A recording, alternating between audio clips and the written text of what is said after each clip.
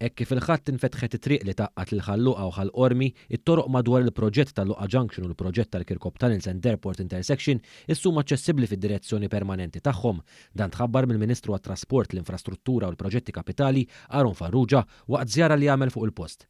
Il-proġett tal-Luqa Junction u investiment ta' 11 miljun euro biex jissostitwixxi r-roundabout prinċipali ta' din il-lokalità b'junction f'diversi livelli li tiffaċilita konnessjonijiet b'aċċessibilità u b'sigurtà aħjar bejn Ħallqormi, Ħalluqa, Santa Luċija, il-Marsa, il-Gudja, l-Ajruport u l-Mini ta' Ħallkirkop. Il-proġett jinkorpora passaġġi, pedestrian crossings u korsija segregata ġdida ċiklisti u dawk li jifrekwentaw iż-żona bil-mixi tul triq il-Kunsil tal-Ewropa. Qegħdin hawn illum naraw iżjed konnessjonijiet diretti madwar il-Luqa Junction Project, proġett li jikkomplementa il-proġett ieħor tal-Kirkop Tunnels and Airport Intersection.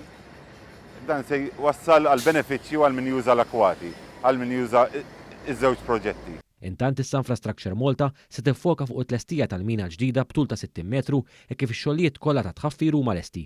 Dwar dawn ix-xogħlijiet spjegalna aktar il-perit Anton Zammit.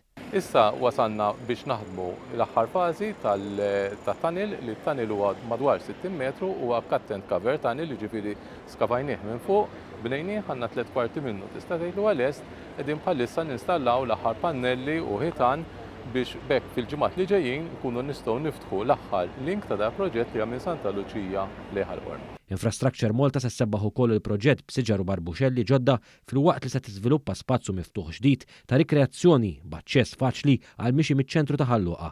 Minnaħa tiegħu il-Ministru Farrugia enfasizza l-importanza ta' dan il-proġett biex jiġi żgurat influss kontinwu ta' traffiku f'din iż-żona kritika għall pajjiż.